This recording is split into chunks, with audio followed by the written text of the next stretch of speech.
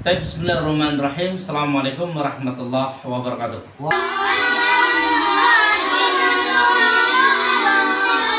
Anak ini kan sekolah di luar ya. Ya, sekolah di luar.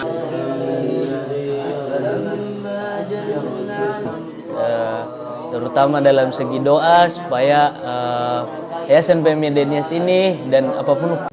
Ketahuilah sahabat umat Allah Subhanahu wa taala, aqwalul ulama itu perkataan-perkataan, masukan-masukan, nasihat-nasihat para ulama itu adalah kebaikan buat kita semuanya. Bukan semata-mata itu adalah seorang ulama mencari pamoritas. Bukanlah semata-mata itu ulama itu biar ya anggap mampu seperti begini dan begitu semuanya, tidak. Tapi semata-mata itu insya Allah ya hampir 95% ulama itu insya Allah akan mengajurkan dalam kebaikan. Walaupun ada yang memang masih berbuat kejahatan dan itulah oknum hanya sekian persen saja. Nah, oleh dengan demikian sahabat rahmatullah subhanahu wa ta'ala, baginda Rasulullah sallallahu alaihi wasallam bersabda kepada kita semuanya, ittaqillah, takutlah kamu sekalian kepada Allah. Ittaqillah haitsuma kunta, dimanapun kamu berada.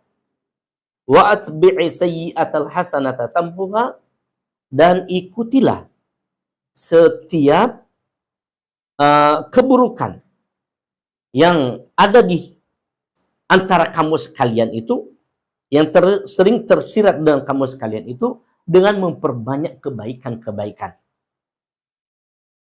Wa khuliqin nasa bi khuluqin hasan, dan pergaulilah manusia itu dengan pergaulan yang baik. Dari hadis Rasulullah sallallahu alaihi wasallam ini menggambarkan kepada kita bahwa yang pertama, Rasulullah menyuruh kita agar senantiasa menjaga ketaatan kepada Allah.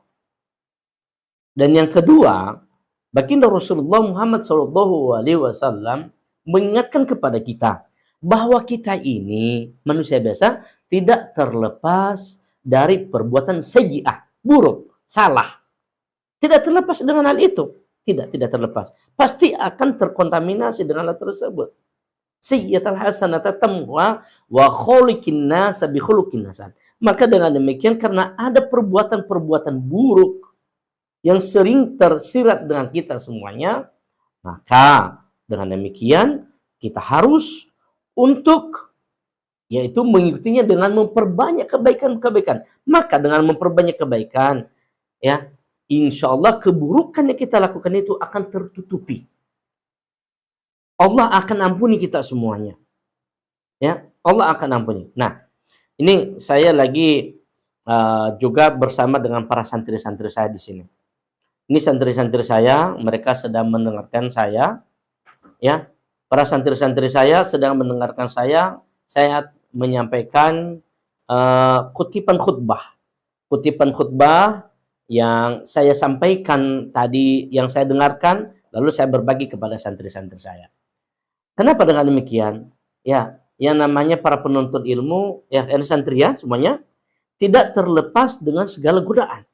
Benar nggak santri? Benar ya? Kamu tidak terlepas dari segala godaan. Ya, di masa belia kamu saat ini itu terus akan ya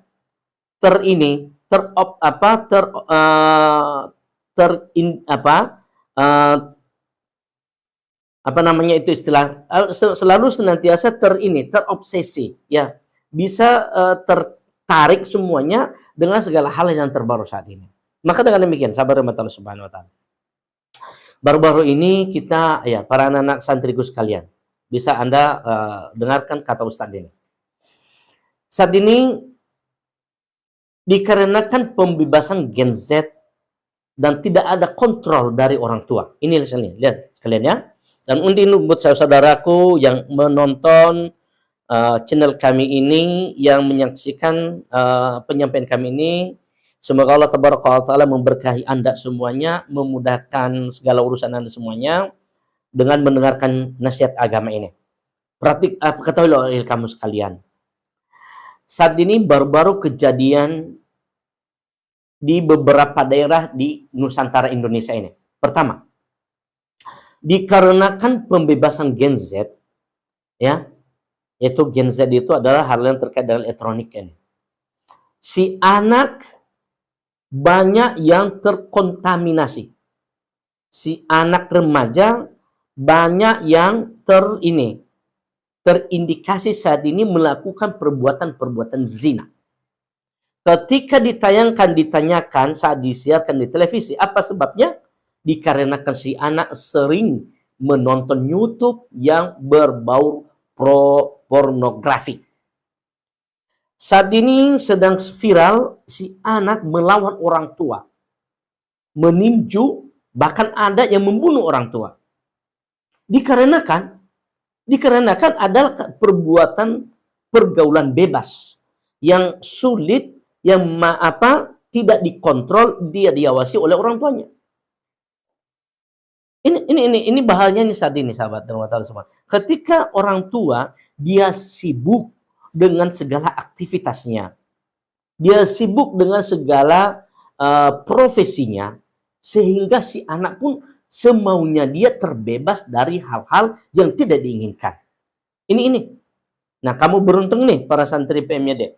Ya, santri PMYD beruntung sekali saat ini bisa masuk dalam karantina walaupun masih ada kekurangan kamu. Bahkan seluruh di pondok-pondok pesantren yang ada di Indonesia ini itu beruntung. Orang-orang yang masuk dalam pondok pesantren insya Allah jauh lebih beruntung dari anak yang dibebas luarkan di luar. Jauh lebih beruntung. Loh, kalau seorang orang bertanya, sahabat, itu di Gontor dulu melakukan perbuatan kekerasan di sana. Terjadi di Garut, yaitu si ustadz memperkosa, mencabuli anak-anak. Itu oknum, sekali lagi saya katakan, itu oknum. Dan itu tidak seberapa persen yang terjadi di Indonesia ini. Tidak sampai 1% pun. Tidak. Hanya 0%. Jadi, sahabat rahmatullah subhanahu wa ta'ala, yuk, kita luruskan niat kita. Ya, anak-anakku sekalian yang ada di sini, luruskan niat kamu. Bahwa kamu saat ini sedang dijaga dalam pengawasan agama. Maka luruskan niat kamu. Begitu juga dengan orang tua yang menyaksikan live kami ini. Yuk, dengan hal-hal yang terjadi baru-baru ini, si anak remaja yang memperkosa, ada itu yang memperkosa sampai 7 orang. Satu wanita diperkosa 7 orang. Atau habis diperkosa dibunuh, macam-macam dah. Ada yang membunuh orang tua. Dan yang baru-baru ini apa yang terjadi? Dan kebebasan Gen Z dengan segala konten ini untuk bersahabat, saudariku dimanapun anda berada. Jika anda berkonten atau anda memiliki anak, maka dia anda jaga, anda wanti-wanti dia agar dia tidak kebablasan dan berkonten. Lihat saat ini banyak orang yang berkonten ya bisa termakan dengan kontennya sendiri. Apa itu? Yaitu satu, yang kejadian yang dulu kita belum berapa bulan yang lalu adalah yang ditabrak oleh kereta api karena itu konten. Itu dari Sukabumi sampai ke Cikarang, Jawa Barat. Kemudian yang konten kedua lagi adalah orang yang tersambar oleh ranting kayu.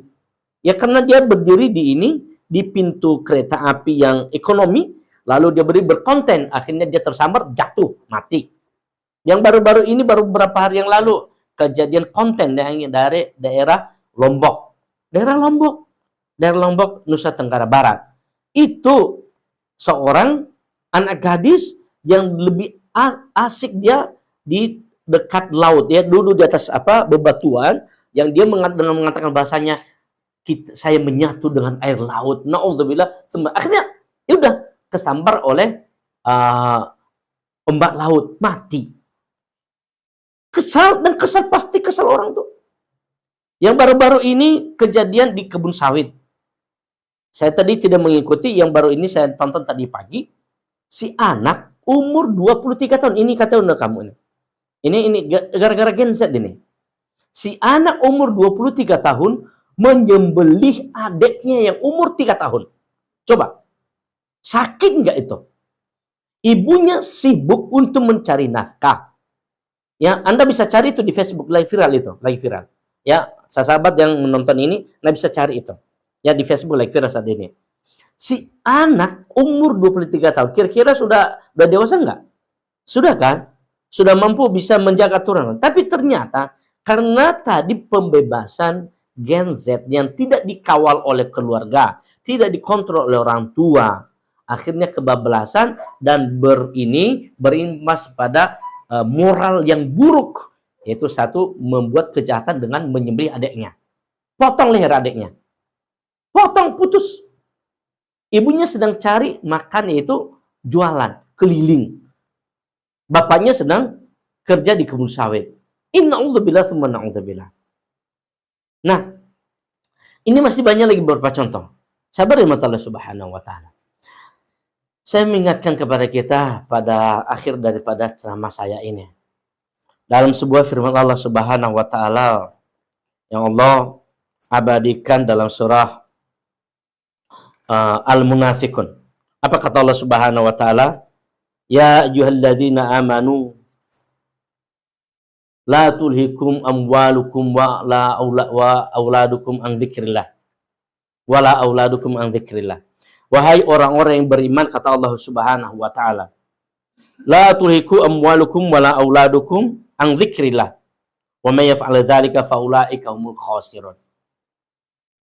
Wahai orang-orang yang beriman, yang diberikan iman oleh Allah. Tentunya adalah bagi saudara yang beragama Islam.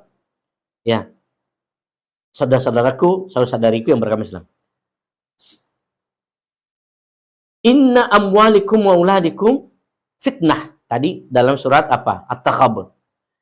Harta anak itu adalah fitnah. Dia adalah ujian. Kemudian dalam surah Al-Munafiqun, Allah Subhanahu wa taala, la tulikum amwalukum wala auladukum an dzikrillah. Janganlah kamu hancurkan. Nah, ini nih. Jangan kamu hancurkan harta-harta yang kamu miliki. Anak-anak yang kamu miliki itu an dzikrillah, dari mengingat Allah. Kenapa demikian? Karena anak ini adalah amanah. Karena harta itu adalah amanah. Maka dengan demikian, ketika kita membiarkan anak-anak kita lepas dengan kemauannya sendiri, maka apa yang terjadi? Apa yang terjadi, sahabat Allah Subhanahu wa taala? Terjadi dengan apa yang sudah kita dengarkan tadi kan ini. Ya. Kemudian Rasulullah sallallahu alaihi wasallam tadi mengingatkan kita, karena kita adalah penuh dengan kekurangan dan kekhilafan. Wa atbi'i sayyi'atal hasanata muhwa wa khaliqin nasa bi khuluqin nasab. Maka dengan demikian, karena dengan atas kekurangan kamu itu, maka hendaknya lah kamu ikuti setiap keburukan yang kau lakukan itu dengan memperbanyak kebaikan. Apa itu kebaikan? Yaitu satu, taubat kepada Allah Subhanahu wa taala. Banyak untuk berbuat kebaikan, yaitu menjaga sholat 5 waktu kita, sehingga kita senantiasa diberkahi segala aktivitas pekerjaan kita, harta yang kita miliki oleh Allah Subhanahu wa taala. Maka diampuni oleh dosa kita oleh Subhanahu wa taala. Dan yang kemudian kebaikan kita lakukan adalah berbagi dengan orang. Bisa saja karena musibah yang kita yang jatuh pada kita, yang jatuh pada keluarga itu, mungkin itu adalah asbab dari kita sering lalai mengingat Allah Subhanahu wa taala, sering lalai mengingatkan anak-anak kita. Maka dalam Islam itu, mur auladukum bis-shalah. Perintahkanlah anak kamu itu dengan salat, ya, mundu sigorihim fi sabi'i sanawat, yaitu dalam umur 7 tahun. Dalam Islam itu diperintahkan. Jadi masih banyak di antara saudara kita. Lihat, Anda ya santri, lihat semua. Sekeliling kamu berapa banyak anak yang bebas. Benar tidak? Benar. Mereka dibebaskan begitu saja. Lihat, dia di lapangan sana hanya duduk, ngobrol, lempar-lemparan, kejar-kejaran, ngobrol-ngobrol, nggak ada guna sampai jam 11, 12 malam. Betul? Ini. Dan saya yakin, tidak hanya di daerah kita saat ini. Masih banyak daerah negeri pelosok Indonesia ini yang anak-anak sebebas seperti itu. Nah ini tanggung jawab orang tua. Lihat, ketahuilah sabar Allah Subhanahu wa taala. Ketika Allah Subhanahu wa taala menyatakan bahwa ya innallaha ya'murukum an tu'attul amanah, bahwa Allah tabaraka wa taala memerintahkan kamu untuk menjaga amanah itu, yakinlah bahwa nanti di hari kiamat Anda akan ditanyakan pertanggungjawaban di Allah Subhanahu wa taala. Anda pasti akan ditanyakan. Si anak bisa nuntut nanti. Si anak bisa, kenapa? Kenapa? Karena dia tidak dikontrol oleh ayah dan ibunya. Yakinlah. Ya. Dalam hadis Rasulullah sallallahu alaihi wasallam dinyatakan begini Rasulullah sallallahu alaihi wasallam. Fal aba, si ayah, yus'alu anhu, akan ditanyakan kepadanya nanti pertanggungjawabannya terhadap keluarganya, istri dan anak-anaknya. Fal si ibu juga akan ditanyakan bagaimana dia bisa menjaga amanah harta suaminya dan menjaga anak-anaknya. Jadi dua-duanya ditanya. Jadi Anda jangan pikir bahwa Anda lepas dengan itu. Sahabat Allah Subhanahu wa taala. Dari omongan saya ini, insya Allah kita akan saksikan nanti di yaumil qiyamah. Saya bukan mengada-ngada, tetapi ini adalah sangat mengatakan kebenaran insya Allah. Semoga Allah mengampuni saya kalau dengar saya salah. Dan semoga Allah Tabaraka wa taala berikan Anda hidayah dan petunjuk sehingga Anda termasuk orang-orang yang bisa menjaga amanah. Ya. Oke, dengan demikian sahabat Allah Subhanahu wa taala, semoga dapat bermanfaat apa yang saya sampaikan ini. Ya, yuk sama-sama kita menjaga amanah. Saya tutup dengan firman Allah Subhanahu wa taala surah At-Tahrim. Apa kata Allah Subhanahu wa taala? Ya ayyuhalladzina amanu qu anfusakum ahlikum nara. Wahai orang-orang yang beriman, ya, jagalah dirimu dan anak-anakmu, keluargamu, ya, harta-hartamu, ya, dari siksaan api neraka. Ketika kita masuk dalam kuburan saja sudah mulai disiksa kita. Apalagi nanti sampai kepada hari akhirat yang sangat dahsyat sekali urusan yang terjadi di sana. Semoga Allah Tabaraka wa taala memberikan Anda hidayah. Wassallallahu wasallam Muhammadin wa ala alihi wasallam. Assalamualaikum warahmatullahi wabarakatuh.